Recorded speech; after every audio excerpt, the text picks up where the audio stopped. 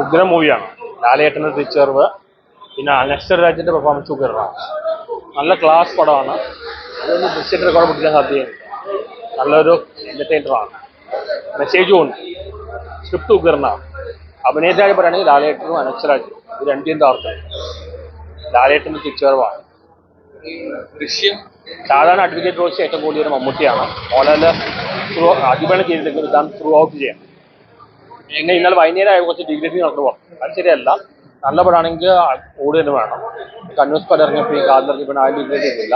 ലാലേട്ടൻ പടം വരുമ്പോൾ ഡിഗ്രേഡിങ് വരുന്നുണ്ട്. അത് ശരിയായ പ്രവണതയല്ല. എന്തായാലും ലാലേട്ടൻ തിരിച്ചറിവാണ്. എല്ലാം കൊണ്ട് നല്ലൊരു മൂവിയാണ്.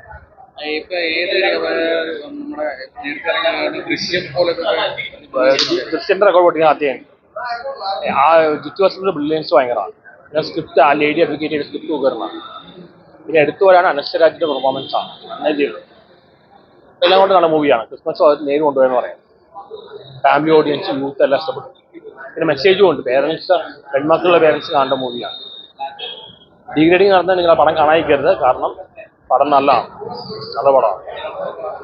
കുറേ നാൾ ശേഷം ലാലേട്ടന് നല്ല പടം കിട്ടും. അപ്പോൾ പഴയ മോഹൻലാലിനെ കാണാം, മോഹൻലാൽ നടന്നേയും കാണാം. വാലിബൻ മാസാണല്ലോ. വേറെ ടൈപ്പാണ്. ഇനിയിപ്പോൾ മോഹൻലാൽ വരുന്ന എല്ലാം ബിഗ് ബഡ്ജറ്റ് അങ്ങനത്തെ പടങ്ങളാണ്. ഇതാണ് ഈ ക്ലാസ് മോഹൻലാലിനെ കാണാം. ഈ ഒരു മോഹൻലാലിനെ കാണാൻ ആൾക്കാർ കാത്തിരിക്കുകയാണ്.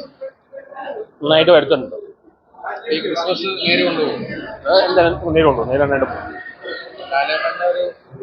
പക്ഷേ ഡീഗ്രേഡിങ് അനുവദിക്കാൻ പാടില്ല. ഒരു നല്ല പടം ഒരിക്കലും ഫ്ലോപ്പ് ആവുന്നത്. ഒരു ലാലേട്ടൻ പടം കണ്ടു ഇറങ്ങിയ ശേഷം സംതൃപ്തിയോടെ ആത്മവിശ്വാസത്തോടെ പറയാം, പടം പൊളിച്ചു, പടം അടിപൊളിയാണ്. നേര് കണ്ടിറങ്ങിയപ്പോൾ ഉണ്ടായ ഒരു ഫീലാണ്. കാരണം പേടിയുണ്ടായിരുന്നു. കാരണം 3-4 വർഷമായി ഒരു നല്ല പടം കണ്ടിട്ട്.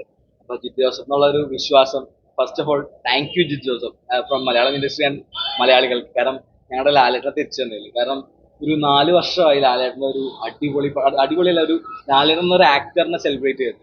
ഈ ഇടയ്ക്ക് ഇറങ്ങിയ എല്ലാ മൂവീസും ലാലേട്ടൻ എന്നൊരു സ്റ്റാറിനെയാണ് പലപ്പോഴും ഷോക്കാസ് ചെയ്യുന്നത്. അത് പലപ്പോഴും വിജീകരിച്ചിരുന്നില്ല. നമുക്ക് പഴയ ഒരു ലാലേട്ടനല്ല, പക്ഷെ പണ്ട് ലാലേട്ടൻ ചെയ്യുന്ന ഒരു ക്യാരക്ടർ, ഒരു സിംപ്ലിസിറ്റി, ഒരു ഡൗൺ ടു എർത്ത്, അങ്ങനെ ഒരു ക്യാരക്ടറാണ് ഇതിനകത്ത്. പടത്തിലേക്ക് വരുമ്പോൾ ദൃശ്യം പോലത്തെ ഗംഭീര ട്വിസ്റ്റ്, മാരക സിനിമ അങ്ങനെയൊന്നുമില്ല. പക്ഷെ പടം എൻഗേജിങ് ആണ്, ത്രില്ലിംഗ് ആണ്, നമ്മുടെ കണ്ണൊന്നും നനയ്ക്കും. 2-3 കൈയടിക്കാനുള്ള സീൻസ് ഉണ്ട്. എന്തുകൊണ്ടും പടം ക്രിസ്മസ് വിന്നറാണ്. എനിക്ക് ഒത്തിരി ഇഷ്ടപ്പെട്ടു. പിന്നെ ലാലേട്ടനെ കൂടാതെ അത് 2 പേര് അടിപൊളിയായിട്ടുണ്ട്. അനശ്വര ആൻഡ് സിദ്ദിഖ്. അനശ്വരയുടെ പെർഫോമൻസ് നമ്മൾ കണ്ടിട്ടുണ്ടെങ്കിലും ഒരു കുട്ടി എന്ന രീതിയിലേ കണ്ടുള്ളൂ. പക്ഷെ ഇതിനകത്ത് എന്താ പറയുക, ഒരു അടിപൊളി ടോപ്പ് നോച്ച് ലെവൽ ആക്ടിങ്. ഒരു പുള്ളിക്കാരുടെ കരിയർ ബെസ്റ്റ് എന്ന് തന്നെയാണ് പറയാം. അത്ര രസമായിട്ട് ചെയ്യുന്നുണ്ട്. ഭയങ്കര റിയലിസ്റ്റിക് ആയിട്ട് നമ്മൾ ഫീൽ ചെയ്തു. പിന്നുള്ളത് സിദ്ദിഖാണ്. സിദ്ദിഖ് ഒരു നെഗറ്റീവ് ഷെയ്ഡുള്ള ക്യാരക്ടറാണ്. ഞാൻ പലതാണ് പറഞ്ഞു, ആള് ക്ലൈമാക്സ് ഒക്കെ ആകുമ്പോൾ നമുക്ക് കൈ കിട്ടിയിരുന്നെങ്കിൽ ഇവനിട്ട് ഒരെണ്ണം പൊട്ടിക്കണം എന്ന് തിയേറ്ററിൽ ഇരുന്ന എല്ലാവർക്കും തോന്നിക്കാണും. കാരണം അത്ര ഇത് പുള്ളിയുടെ ആക്ടിങ്ങിലൂടെ, പുള്ളിയുടെ ആക്ടിങ് ഞാൻ പ്രശംസിക്കുന്നത്, അത്ര അടിപൊളിയായിട്ട് നമ്മുടെ ഉള്ളിലേക്ക് വന്നിട്ടുണ്ട്. സോ ഇതൊക്കെ കൊണ്ട് പിന്നെ the main craftsman behind it Jeethu Joseph. പുള്ളി ഈ പടം ചില സമയത്ത് പാളിപ്പോകാനുള്ള ചാൻസ് ഒക്കെ ഉണ്ടായിരുന്നു. പക്ഷെ കൊണ്ടുപോകുന്ന രീതി, ബീജിയം, പുള്ളിയുടെ ഒരു ബീജിയം എപ്പോഴും ഇങ്ങനെ ലൈക്ക് ത്രില്ലിംഗ് ആയി വന്ന് കൊണ്ടുപോകുന്ന രീതി, പ്രത്യേകിച്ച് ക്ലൈമാക്സ് ഒക്കെ ആകുമ്പോൾ ഭയങ്കര രസമായിരുന്നു. മാരക ടെസ്റ്റ് ഒന്നുമില്ല. പക്ഷേ നിങ്ങൾക്കിത് തിയേറ്ററിൽ തന്നെ വന്ന് കണ്ട് എൻജോയ് ചെയ്യാൻ പറ്റുന്ന മൂവിയാണ്. ലാലേട്ടൻ്റെ ഒരു തിരിച്ചുവരവാണ്. കേരളം ആഗ്രഹിച്ച, മലയാളികൾ ആഗ്രഹിച്ച, ഞങ്ങൾ ലാലേട്ടൻ ഫാൻസ് ആഗ്രഹിച്ച ഒരു തിരിച്ചുവരവാണ്. ക്രിസ്മസ് വിന്നർ നേര്. That's it. കൂടുതൽ വീഡിയോസിനായി B4 Place ഫോളോ ചെയ്യൂ, സബ്സ്ക്രൈബ് ചെയ്യൂ.